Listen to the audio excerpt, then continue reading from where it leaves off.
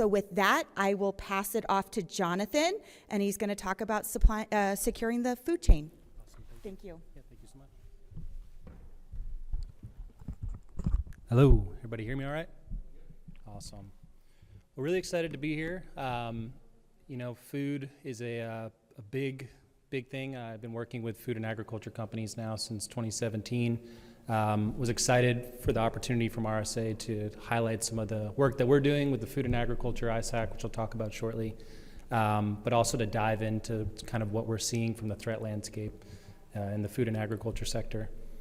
So I'll put this disclaimer slide up here, I think pretty standard from what we've seen through other presentations, but we're gonna follow those same rules for mine. A little bit about myself, Jonathan Braley, I'm the director of the Food and Agriculture ISAC.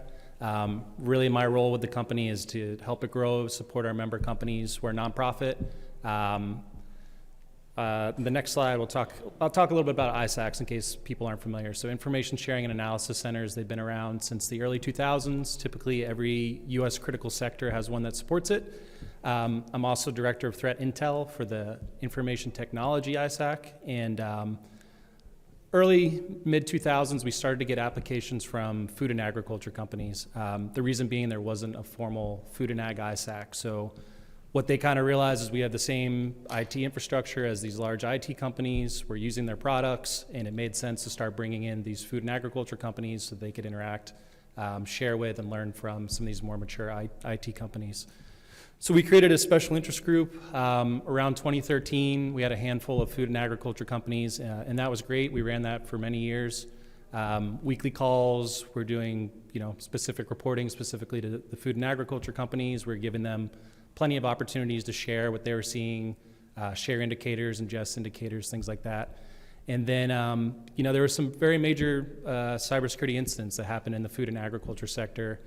I think there was a lot more eyes on it, and there was a noted hole from kind of media and other sources that there wasn't a formal food and agriculture ISAC. So May 2023, we turned that special interest group into the Food and Ag ISAC. It's still part of the IT ISAC. They still interact with those IT companies, but that's where we're at today. So I'm going to do a kind of a cyber threat brief, what we see in the food and agriculture sector. We'll look at kind of the types of adversaries that typically attack, and we'll look at some of the tactics that they're using. So within the IT ISAC and the food and agriculture ISAC, we created a tool which we called PASS. It's our predictive adversary scoring system. And the reason we did this, we have what we call adversary playbooks. We have around 250 different adversaries that we are constantly monitoring. We have historical information. We have active campaigns, and this is a collaborative environment. So members of the Food and Ag ISAC, IT ISAC, when they're seeing things, that we can all collaborate on these pages. The problem is 250 is a lot. Obviously, it's very hard for companies to monitor that many, and a lot of them aren't relevant to certain industries, right?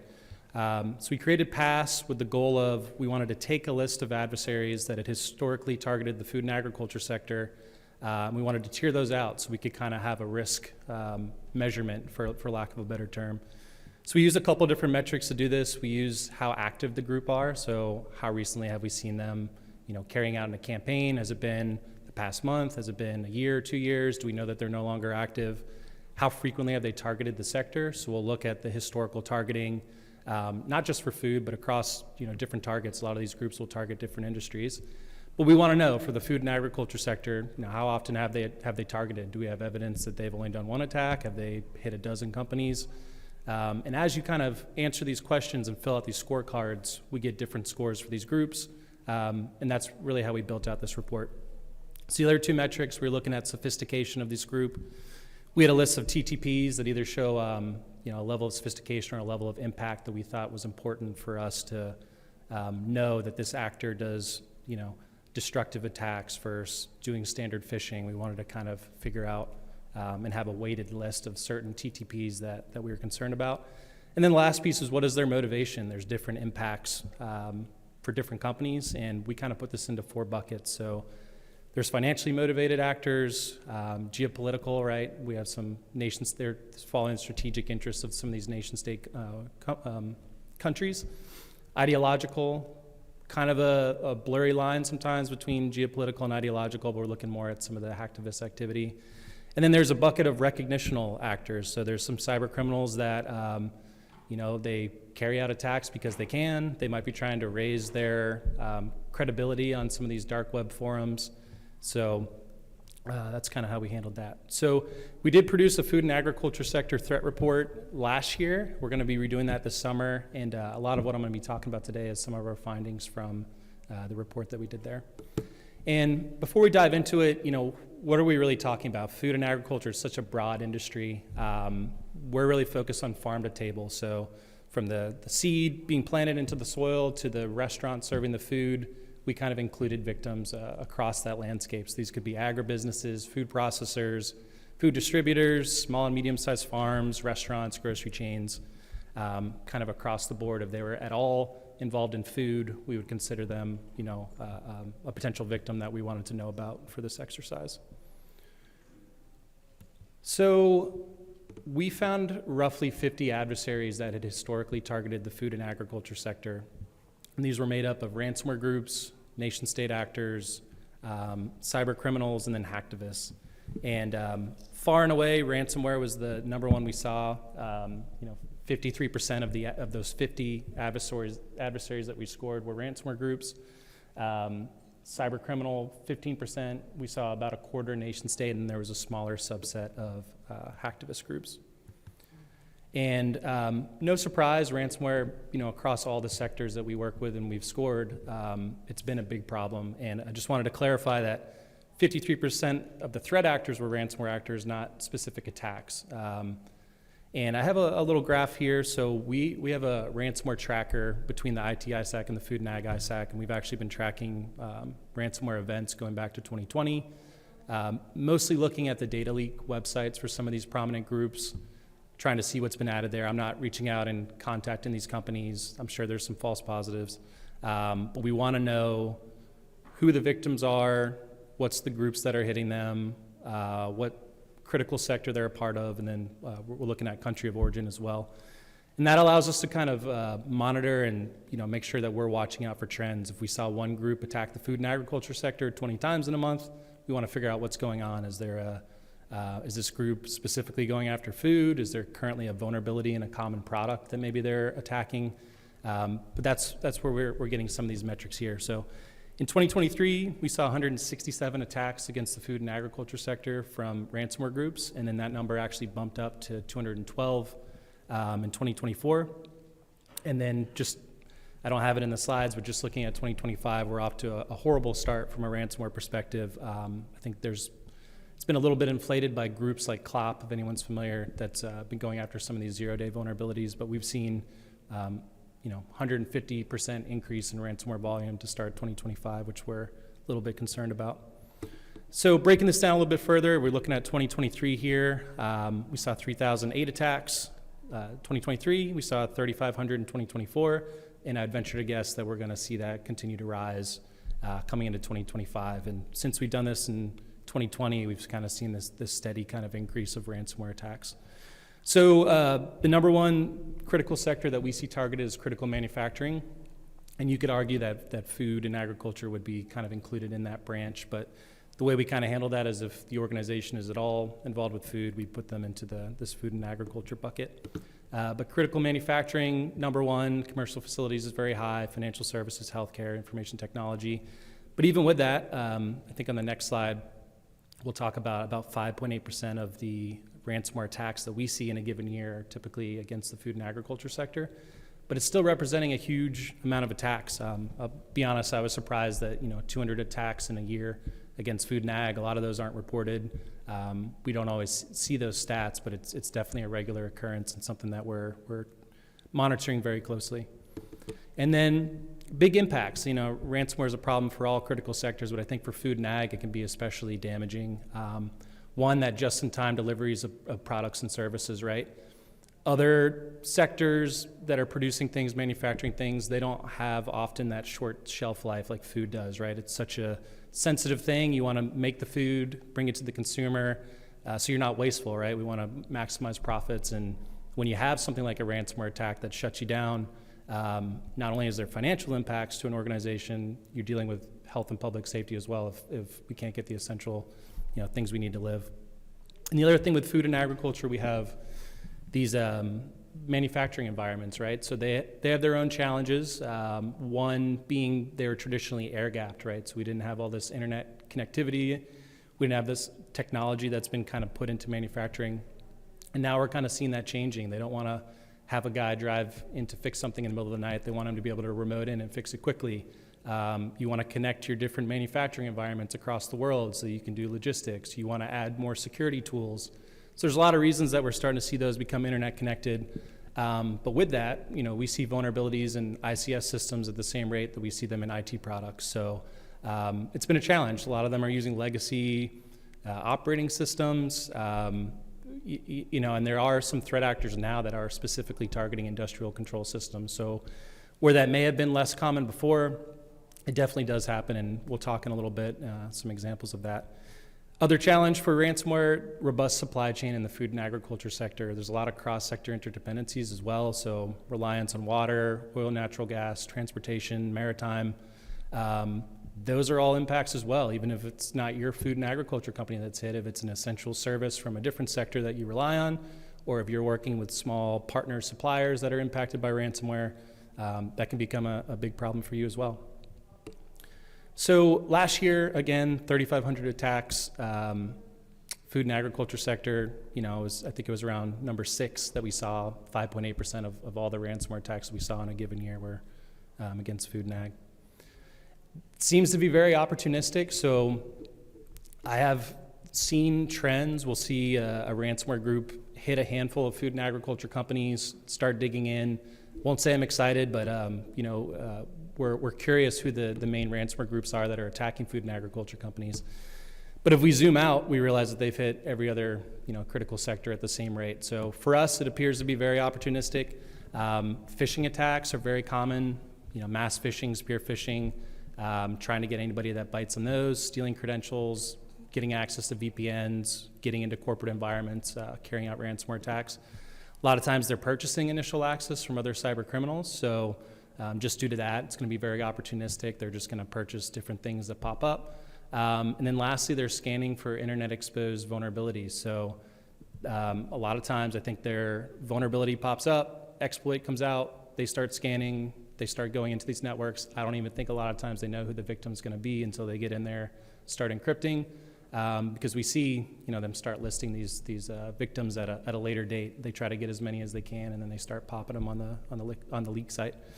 So because of that, it's good, I guess, that we're not seeing specifically targeted attacks against food. It does seem to be more opportunistic. But on the bad side, that means anybody's a target as well. It's not just the large companies. We see small, large companies impacted by ransomware. The ransomware actors will just change those demands based on the size of the company, their revenue, things like that. So some of the top groups, Ransom Hub was a huge one in 2024, kind of a newer group. They do a 90-10 split with the affiliates they work with. So what I mean by that is a lot of these ransomware groups actually offer it as a service. They work with other cyber criminals. If a victim ends up paying a ransom, the actual operator takes a percentage, and then the cyber criminal gets a larger piece of that. Historically, 70-80% was the typical split, and then Ransom Hub kind of came out with this 90-10 model, which has allowed them, I think, to recruit a lot of these affiliate cyber criminals to work with them. So they were very busy in 2024. Akira, Lockbit, we're probably familiar with, Play, and Hunters International were some of the top ones that we saw. And then kind of after that 9 number with Hunters International, it dropped down to single digits for a lot of these other groups. These are real. Ransomware attacks do happen. I have a lot of examples here. Large packaging company. Some of these food cooperatives got hit a few years ago. And what was concerning about these cooperatives was, I mentioned it's opportunistic.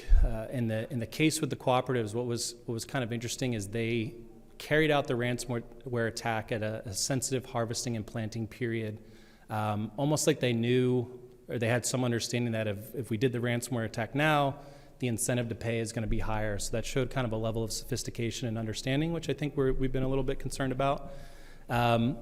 Big supply chain company listed there, our favorite donut company as well. So these things do happen. We see them a lot, and it's often underreported, I think. But food and agriculture is definitely a target of ransomware. But at the same time, a lot of companies that we work with are prepared for it, and I think we've done a good job of business continuity and keeping things moving through the supply chain when one of these partners does have an incident. So challenges, zero-day exploits, that's been one that I've been really concerned about. I mentioned that group CLOP earlier.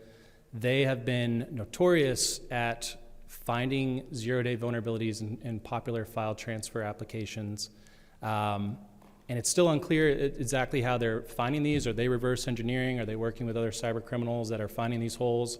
But what is clear is once they have one of these 0 days, they will very quickly go through victims, and by the time that vulnerability is disclosed, by the time a mitigation or patch is available, they've already gotten hundreds of different victims. So for a company defending against that, it would be difficult for a very mature company to handle that, that might have the security controls, but for a small farm, right, there's not a big chance. They're not gonna have the technology, they don't even have the IT staff to understand that. So when we have a group that's going after these zero-day vulnerabilities, it's definitely concerning. Protecting legacy equipment, big challenge as well. I think some of the things that I've heard, they designed some of these industrial control systems the last 20 plus years, and whatever operating system that these things are built on, it's probably gonna be the same operating system down the road. So you can wrap it in network segmentation, try to do the best you can there, but that's definitely one of the challenges. Patch management is also a challenge. You're in production, right? You're producing food, vulnerability pops up. It's not as easy to just turn everything off, apply that patch, especially if you've got a lot of machinery that you need to use. So they're gonna wait for an opportune time to do that, which makes sense, but at the same time, as you delay applying those patches, you're opening yourself up for attacks. And we've seen reports of some of these vulnerabilities being exploited within hours of their disclosure. So that's a challenge. Right to repair is tough as well. Sometimes you need a vendor to come in and actually apply those patches to the industrial control system. So they might have a long list of clients that they're going to go to. It might not be, the time frame you want. You might have to wait a week to actually have them come in and apply that. That supply chain, also a challenge. Helping those small partners and suppliers is something that we've been working with our members to solve. Obviously, not everyone is going to join the Food and Agriculture ISAC, that's fine, but we are trying to produce a lot of public reporting as well. One of them being a small and medium-sized business cybersecurity guide to help some of those small farms that don't have that technical staff. And then shared network infrastructure is something we hear about a lot too. If you're in manufacturing, you might be working with these third parties that need direct access, even if it's temporary. And if they get impacted by ransomware, you would hate for that to be an entry point for you. So takeaways, small and large companies are being impacted by ransomware. Organizations obviously need to work on the vulnerabilities and patching those quickly. Training's still huge. I think a lot of spear phishing is still the number one reason that we see cyber attacks. So we really focus on MFA anywhere you can turn it on, especially for things like VPNs. That seems to be a very common way, whether it's a vulnerability in a VPN that's allowing them to have access, or they simply figure out the credentials, brute force the credentials, and get in that way. Would definitely recommend that. So I do want to talk about nation-state groups as well. We're going to kind of shift from the financially motivated actors and look at what we're seeing from a state-sponsored kind of look. So very different motivations for ransomware. It's obviously financial, right? They're trying to, one, seize your production, make you pay a ransom to recover your data, if that even works well. But two, they want to steal that sensitive data from you to try to extort you that way. And for nation-state groups, much different. So they're typically focused on the theft of intellectual property. From the examples that we kind of looked at, a lot of it is that long-term, you could think the genetic engineering work that goes into foods. Some of this stuff can take a decade from a discovery in a lab to become a product on a shelf. Some of the precision agriculture, AI, farming technologies that are being developed. There's certain countries that would benefit greatly from having that sort of IP, and they can really shorten their own developmental timelines if they're able to, come in and steal that intellectual property from food and agriculture companies. On the other side of it, there could be disruptive and destructive attacks as well. We find ourselves indirectly involved in a couple geopolitical situations right now, right? So some of these nation-state groups could consider disruptive and destructive attacks. I think we're probably all familiar with groups like Volt Typhoon, Salt Typhoon, that have found their way into critical infrastructure networks. Didn't deploy the malware, but we know that there's examples where they kind of had this just-in-case malware to be disruptive or destructive if they needed to. And then lastly, there's a mis and disinformation element. So we look at countries like Russia. They're very good at creating mis and disinformation to cause uncertainty in the food and agriculture sector. Sometimes this is about medicines, vaccines. There could be other countries too that might have competing markets with the U.S. So they might try to use mis and disinformation there. And then, let's talk about intellectual property theft. So again, that IP can be incredibly valuable. Certain nations might look to be more self-sufficient, right? So they're going to look for technologies there. They might also look for trade data. If they had a competing market, they're going to want to try to get an economic advantage, right? If they found out that, a prominent company in the U.S. was hit by a storm and they're going to be way down this year, and that was something that you didn't want to get leaked, they might look for that sort of data as well to get that competitive advantage. So Chinese adversaries, they're typically interested in that long-term developmental intellectual property. Again, the Russian adversary is more of that disinformation. They might move into some disruptive, destructive attacks, especially if we start looking at what they did in Ukraine. I think we have some examples here in a little bit. But some of the demotivational attacks as well, creating that uncertainty, fear, and doubt is kind of one of their typical plays. North Korea, very financially motivated.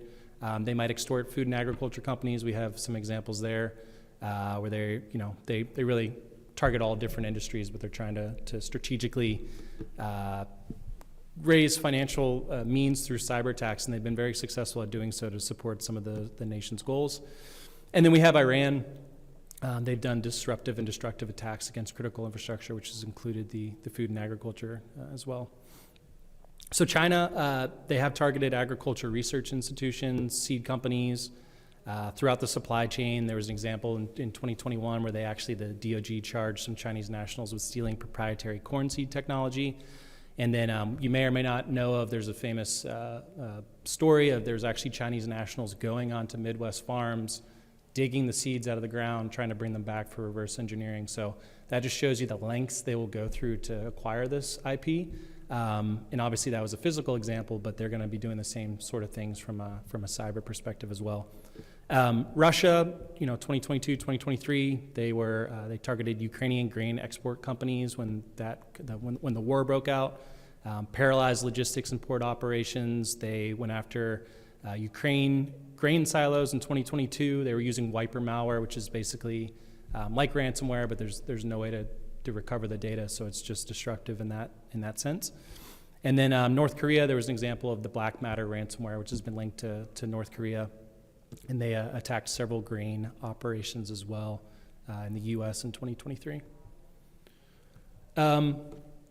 So cyber criminal, it's something we deal with as well, and ransomware does fall into the cyber criminal bucket. We've kind of pulled it out when we're talking about cyber criminal here, talking more about the more traditional generic types of things that we see. So I know our members, they see a lot of just phishing, and these aren't always specific to food and agriculture. Sometimes it's just those generic phishing messages, all different types of lures. They typically follow current events, things like that, to try to get employees to click. A lot of malware paired with that as well. I know Luma Stealer has been one that we talk about a lot, and some of our members have been working together to kind of track some of those campaigns. Business email compromise is also a big threat because of that vast supply chain, because of invoices being sent back and forth all the time. If you have a partner that their email gets compromised, they're going to look up through that employee's email, they're going to find an invoice that was sent, they're going to copy it, they're going to send a new one. And a lot of times, that gets passed through if you're paying these things all the time. So we see that a lot. Typo squatted domains happens very frequently. And then one that was kind of unique that we saw recently was a malvertising campaign where they were looking at the HR login portals for specific companies. They were mimicking those using AI They were then using a typo squatted domain, paying for a Google ad. The employees try to, Google their employee login portal. They accidentally click the ad one instead, and then credentials are stolen that way. But yeah, just more generic cybercrime happens a lot. Kind of outside the cyber realm, we see a lot of reports of freight theft, things like that, kind of traditional other issues for the food and agriculture sector. From a cyber criminal perspective, one of the things that we're concerned about is the use of AI that's really bolstered some of the phishing that we've been seeing. The common spelling mistakes that we typically would see in a phishing email are no longer there. It helps them come up with campaigns. It helps them look for specific targets. There's a lot of ways that you could use AI. You could ask it who are the most prominent food and agriculture companies by net worth and get a list very quickly. You could probably ask it what is the standard, email breakdown for this company. Start looking up employees. There's just a lot of ways that AI can help with kind of that reconnaissance phase as well. And it also lowers the barrier of entry in a lot of ways. So automated reconnaissance, helping you locate publicly exposed systems. Once you can figure out what a company's using for certain services, you could say, are there any current vulnerabilities in this service or that service? Is there an example of a proof of concept against this vulnerability? So you can see how you can take somebody that doesn't have a lot of skills but might have the motivation to commit cybercrime. They're going to be using AI to help bolster their own capabilities. Malware development, exploitation, suggestions, things like that are also some concerns that we're seeing from an AI perspective. And then the last bucket there was hacktivism. It does happen. There's some geopolitical, ideological hacktivism. Definitely, there's definitely some groups that are not super happy with food companies that cause some problems, mostly nuisance type things. A lot of times they'll physically go on to facilities, but there's some hacktivists that are using cyber capabilities as well. So what's the motivations there? They might disrupt critical networks of food and agriculture companies. This could be things like DDoS attacks. They might try to do web defacement, things like that. But then there's a whole other set of hacktivists. We look more geopolitically that are going to be interested in destructive attacks as well. So we've seen wiper malware used. We've seen attacks that got on industrial control systems across critical infrastructure as well. Again, we're indirectly involved in quite a few global conflicts. Doesn't seem like that's going to really change anytime soon. And we need to keep a close eye on this because we've seen, when Russia-Ukraine broke out, some companies started to pull out of Russia. Some of the hacktivist groups that support Russia started turning their eyes on those companies. So something that you think might be innocent could make you a quick target for some of these activist groups. Israel-Palestine, we saw some Iranian activists supporting Palestine turn their eyes on U.S. critical structure as well, which unfortunately impacted water and some food and agriculture companies there. So there's a little bit of a blurry line nowadays too between hacktivists and some of these nation-state groups, where some of these traditional nation-state groups that are getting state sponsorship, getting instructions from the parent company, they're masquerading as hacktivist groups for plausible deniability, right? So they don't want that attribution coming back necessarily. Helps with things like sanctions. So they might, masquerade as some of these hacktivist groups to kind of bypass that. And I've also heard, I didn't have it in the ransomware slides, but there's been some nation-state groups that have been masquerading as ransomware, stealing that intellectual property under the guise of a ransomware attack, again, to have that plausible deniability. So this is an interesting graphic. This comes from the Office of the Director of National Intelligence. And this was a few years ago, kind of the beginning of the Israel-Palestine conflict. And there was kind of two different groups there. There was a Cyber Avengers that was actually an Iranian adversary, and then there was some pro-Russian adversaries as well. But they found a pretty significant vulnerability in programmable logic controllers, and went through the water sector. There was quite a few food and beverage companies that were pulled into that as well. Essentially, they locked down this PLC, seized production. It's a great example, and I think when you kind of look at this map, it kind of opens your eyes to how quickly that happened and how impactful that actually was. So the last thing I wanted to kind of touch on was we did this exercise. We found out this list of adversaries. And what I think is the most kind of valuable part next is, yes, we can monitor these specific adversaries now that we know that they're attacking, but broadly, can we defend against what these groups are doing? So we looked at some of those TTPs that these groups were, of those 50 adversaries that we scored, we wanted to know what are they typically doing to breach organizations. So that's what we did, and there's a subset of 10. Obviously, there's a lot more tactics and techniques than that in the world, but these are the ones that we kind of identified as something that we wanted to monitor. So interestingly, 92% of those 50 adversaries were using living off the land techniques, so available tools that are already on systems. So your PowerShells, your Windows management, things like that, and then also a lot of remote monitoring and management software as well. But they're interested in using tools that are already on the system, and there's a lot of benefits to that. One, you could develop a very specific piece of custom malware. You could spend a lot of time developing that, and it may work for a minute getting you into a network, but then as soon as that thing is flagged as malicious, it gets shut down. You're kind of starting from scratch again. And then you've alerted, right? You've whatever hole you used to get in is now likely going to be fixed. So they're more interested in trying to use tools that are already natively on victim environments. One is it helps them stay under the radar. It's expected traffic. These are tools that are commonly used. And low-level cyber criminals are using living off the land, and we're seeing very sophisticated nation-state groups also using that as a technique as well. The second one was phishing and spear phishing. No surprise there. I actually figured that would be the number one, but it actually was number two for food and ag groups. And very common means of initial access. And again, this is from the lowly cyber criminals sending out a mass phishing campaign, but even the very sophisticated nation-state groups, it's much easier for them to steal an employee's credentials, get into their VPN, break in that way than it is to circumvent all these security controls that might be on a network.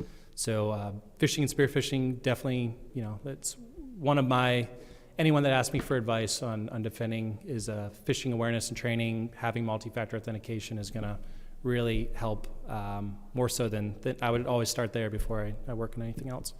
80% were using custom malware, which was actually surprising. I think the reason for that, we had a lot of Chinese adversaries that were focused on the food and agriculture sector, and they're kind of known for that. They'll develop really custom stuff that's catered for specific victim environments. They want to break in, they want to have lengthy persistence, they want to slowly siphon that intellectual property without being discovered. So that's one of the reasons I think we saw 80% of the groups having that. And then some of these ransomware groups they're making distinct strains. Some of them, yes, are modified versions of older ones, but some of them are built from scratch. Some of these ransomware groups are also developing their own pieces of malware to assist the affiliate cyber criminals. Lengthy persistence and stealthy exfiltration, 70% of the groups were doing that. They're kind of similar, but they also had the same rate of use. But again, adversaries want to maintain a lengthy persistence onto networks for a lot of reasons. One, the intellectual property piece, the longer they're on there, the more data they can take. Stealthy exfiltration, very commonly used by ransomware groups. They don't want to make a big scene until they get all that data off the network, and then they want to encrypt, because if they start stealing data, get caught, they start shutting the system down, they've lost some of that leverage, right? They want to make sure that they're getting the crown jewels data so they can use that for extortion later. Lots of ransomware groups. I mentioned 53% were, of those 50 were ransomware operators, so no surprise that data encryption for impact was pretty high at 66%. 43% were leveraging 0 days, and again, that actually was fairly high for the food and agriculture sector. We've done the same exercise broadly with IT, a couple other sub-communities of the IT sector, and again, I think it goes back to some of those Chinese groups. So I know APT 41 pretty heavily went after the food and agriculture sector years ago, interested in some of that intellectual property, and those are the sort of groups that are going to use 0 days. And then some of those ransomware groups are using 0 days as well. 35% were modifying their tools. Couple reasons for that. If you're an adversary, it takes a lot of time to develop custom malware, a lot of experience to do that, and specialized skills. It's much easier, and there's frameworks out there on cybercrime forums where you can buy a very bare bones tool that does these certain things you want, and then from there you would just modify it yourself. Again, pulling AI to kind of help you do that probably makes it a lot easier, lowers the barrier of entry for a lot of these cyber criminals. And then, a lot of antivirus solutions are signature based, right? So it could be that they're barely tweaking some historical malware just to bypass those signatures and using those that way. 25% were using destructive attacks, mostly wiper type malware, what we see in the food and agriculture sector, the hacktivists going after those programmable logic controllers. And then lastly, 23% were doing supply chain compromise. So that was actually lower than other sectors that we scored. For the IT sector, going after MSPs was kind of a common thing that we saw, where if you got a managed service provider, you could kind of trickle down into all their customers. Food and ag sector, they're not typically developing software and hardware, so some of those sort of supply chain attacks on open source repositories and things weren't as big of a concern. But there is a very robust supply chain of partners and suppliers, so we do know that some adversaries will try to get the smaller supplier as a means to break into the larger food and agriculture organization. And then lowest on our list was disruptive attacks, which makes sense. It's more of a nuisance than anything. We do see it. Hacktivist groups use that. We have seen ransomware groups and cyber criminals use DDoS as an additional extortion method as well. So, say they encrypted your network, you're able to back up, they've stolen your data, you've told them, well, we don't really care. They could try other things as well, and we've seen cases where they've tried to just start DDoSing you until you pay. But yeah, I'm going to start wrapping it up, and hopefully if we want to do any Q&A, I can give folks some time to do so. So what did we learn today? What do I hope that you take away from this? There's lots of different motivations to attack the food and agriculture sector. Lots of different victims, different sizes, different critical sector impact. Ransomware, for me, is one of the big things I would like to highlight. 53% of the adversaries we saw were ransomware groups attacking the food and agriculture sector. Big problem for all critical sectors, but I think for food, it's one place where I would say be on top of that. Make sure that you're following who the latest groups are, what are the vulnerabilities that they're using, what are they doing for extortion, having a plan in place, right? So if you do have an incident, how do you quickly restore from that? Opportunistic targeting, small and large businesses are going to be impacted. It's not just the large food and agriculture companies. We see small ones pulled into this as well. Watch out for the global conflicts. If there's a new situation that arises with a foreign adversary, it's a good chance they're going to go after critical infrastructure.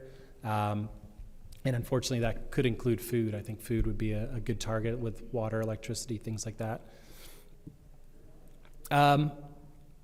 What should you apply? So, prepare for when, not if, a cyber attack will happen to you. I hate to use that term, but unfortunately, that's the way it is. Especially with that opportunistic targeting, we all need to be prepared. Who in your staff is going to be responsible for what?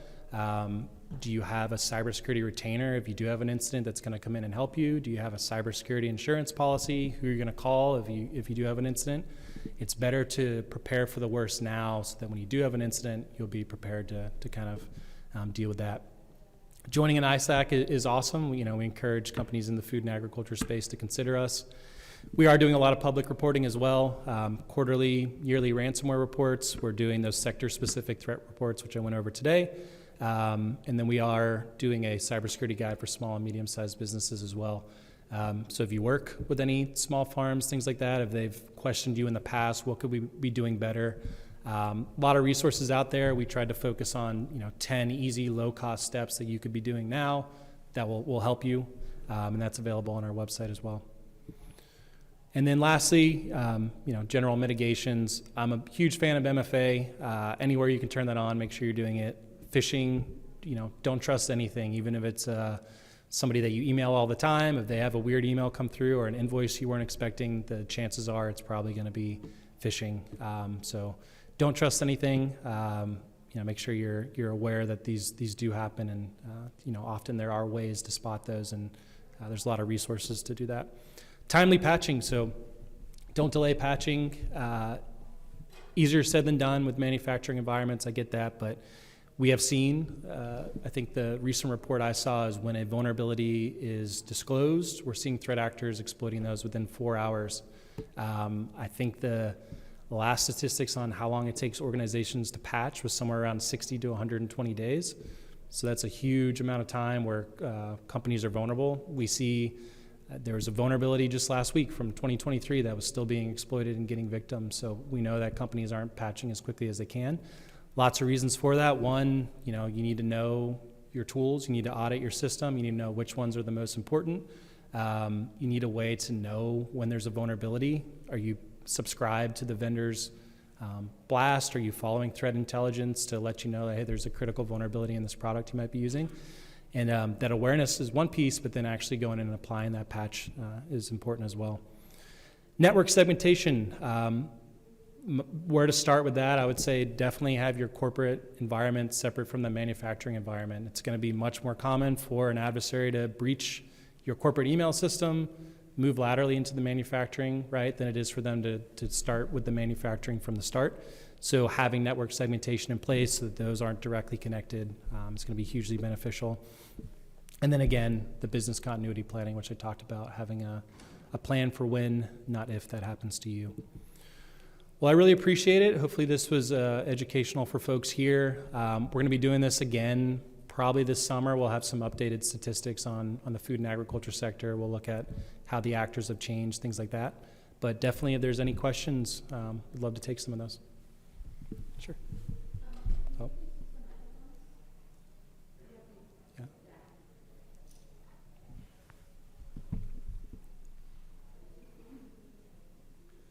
Hi, George UC. My question is about supply chain stats that you've collected. Mm-hmm. So I've, in my experience in this industry, that number is actually a lot higher. So I'm curious, you had mentioned that, you had actually verbally mentioned that the number seems low comparatively. Mm-hmm. What is that number that you see normally in the industry? Because I think you said, was it 23%? Yeah, and the reason for it, so we had these 50 adversaries, and you start looking at actual examples of them carrying out in a supply chain attack, and sometimes it's just our visibility. I'm sure it does happen more than we see, but we really were looking at the facts, and if it wasn't publicly recorded, even though our members might have seen that or know that these supply chains are happening, it was just visibility that we didn't get. Okay. But I would agree with you. I would expect that to be higher just for the nature of food and ag and the vast supply chain. Yeah, okay. Thank you. Yeah, sure.